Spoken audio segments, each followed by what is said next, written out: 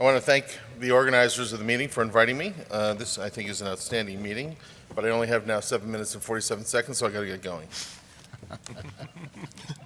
Let's see if this will work. There we go. My disclosures have nothing to do with exercise. These are anti-exercise pills. Well, the summary of my whole talk is exercise is good. Thank you. You want the big picture message. I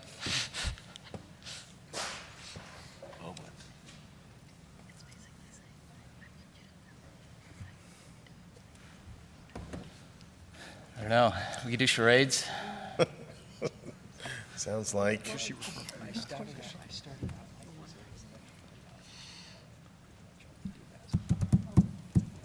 going on? Someone working on it.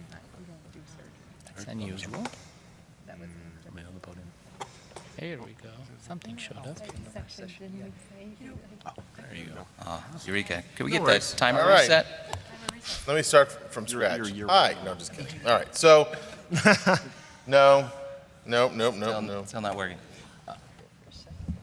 Let's exit again. Let's talk about the weather. Yeah, let's exit my whole thing. Start. How Start. about that weather? Use the mouse. Just the mouse. Yeah. Here we go. All right. See if that works. Last year. Yes. All right. Good. Yeah, exactly. Okay. Thank you. Anyway, so I'll be quick now. Here's one systematic review that was done by the folks at Duke that demonstrate what we all already know. Exercise is really beneficial in the patients who have symptomatic peripheral artery disease. There is not one study that demonstrates that they don't walk better. There is, as we all know, one that's really overstating it, one modest-sized population of randomized patients in Clever. Clever looked for patients who had aortoiliac disease. They all had to have moderate to severe claudication. They went 2 to 11 minutes on a Gardner treadmill protocol, and they did not have critical limb ischemia or other comorbid diseases that would limit walking. The study actually was going to randomize them to 3 arms, which is optimal medical care, which is cilostazol and nothing, supervised exercise, which was the OMC, plus 78 sessions of supervised exercise, which is about 24 weeks, 3 times a week, and then also stenting for the aortoiliac disease. Basically, people did pretty well, and by that I mean, and the most important part here is that 70% of the patients who were randomized to exercise went to at least 70% of their 78 scheduled sessions.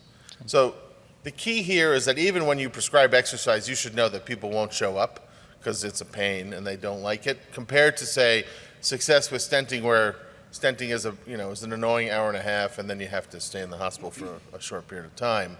And many of us have just commonly gone to stenting in aortoiliac disease because it's easy.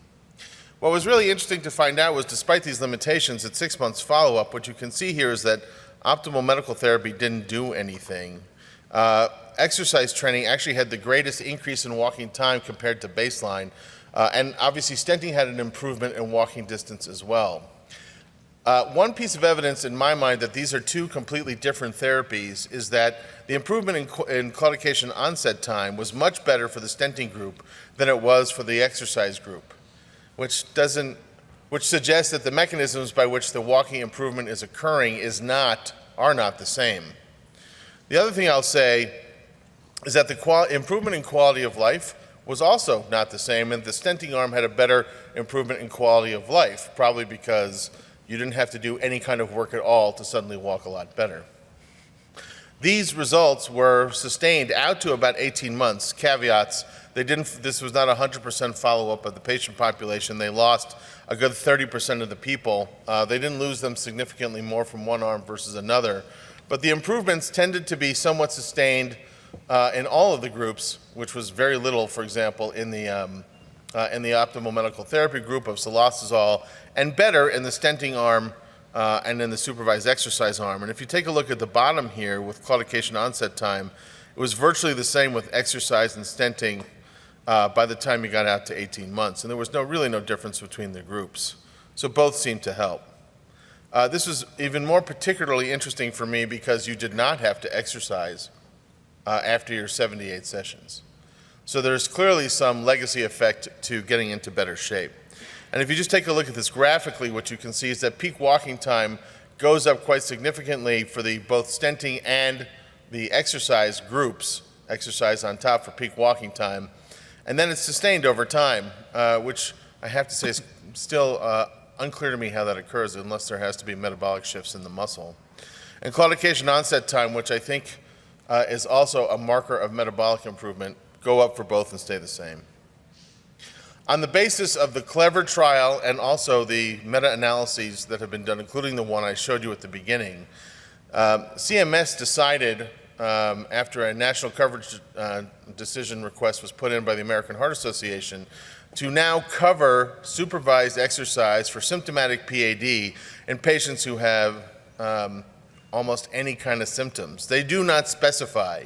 They do not specify because textbook claudication, for this group should be clear, is rare compared to the total symptom burden that these patients feel. And so even many of them, I would say, just slow their walking speed to the point where they will not complain about any kind of leg pain because they walk like turtles. I usually elicit that piece of information by asking them if they can keep up with their grandchildren, to which I get like ridiculous expressions back, you know, are you crazy? And that's how you know they're accommodating.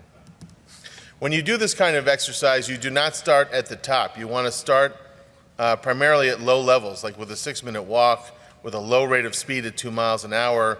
You want 0% grade at the beginning if that's going to cause them to develop claudication.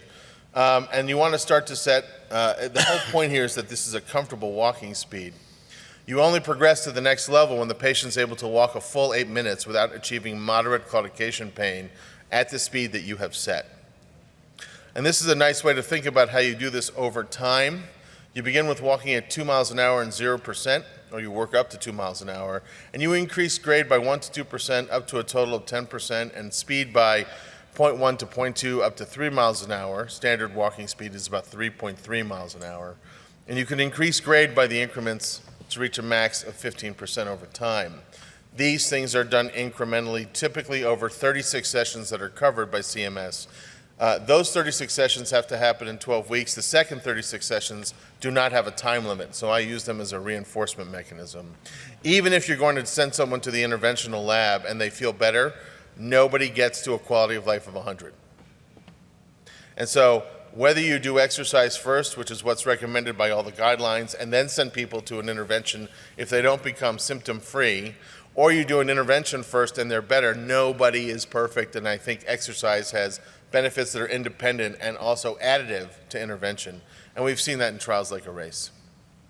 Who do we not want to send to exercise? Anyone who's had an MI in the last 12 months, they really need to be evaluated at least with a stress test. Stable angina pectoris, heart failure, all these coronary and heart diseases where you're worried that someone's going to have a problem on a treadmill, you want to do a stress test first. When do you interrupt it? Someone who develops progressive arrest angina, progressive arrest dyspnea, they're hemodynamically unstable during exercise, and some of these other things are kind of obvious, like if you're having a heart attack, don't get on the treadmill. And I would say the same thing if you're having some kind of ulcer or gangrene on your foot. These are the major indications for interrupting treatment. There will be all of these things outlined soon in a paper that's coming out from the American Heart Association on how to do supervised exercise. It'll come out in circulation somewhere in the next few months. It has all the usual suspects as authors. So in summary, with my 1 minute left, it is really clear that supervised exercise is effective in improving walking distance in aortoiliac disease. It's effective independent, in my mind, of intervention and likely should be offered first. But even if it's not offered first, it should be offered because it has benefits on its own. Medical therapy has at best really, really modest benefits. And if you lived in Japan, you'd think it was better for keeping the stent open than it was for any kind of walking distance. And then what I think is really interesting is that the treatments for both of these have benefits that persist months after you would expect them to work. And that just suggests that there are mechanisms, the mechanisms of these benefits are unclear. We don't understand how that's the case, and are certainly a source of opportunities for research to figure out if we can recreate those things in a pill for one of the companies that was in one of my disclosures at the top. With that, I'll say thank you very much for your attention. I'll see you back tomorrow when I'm speaking again, and enjoy the rest of this session. Thank you.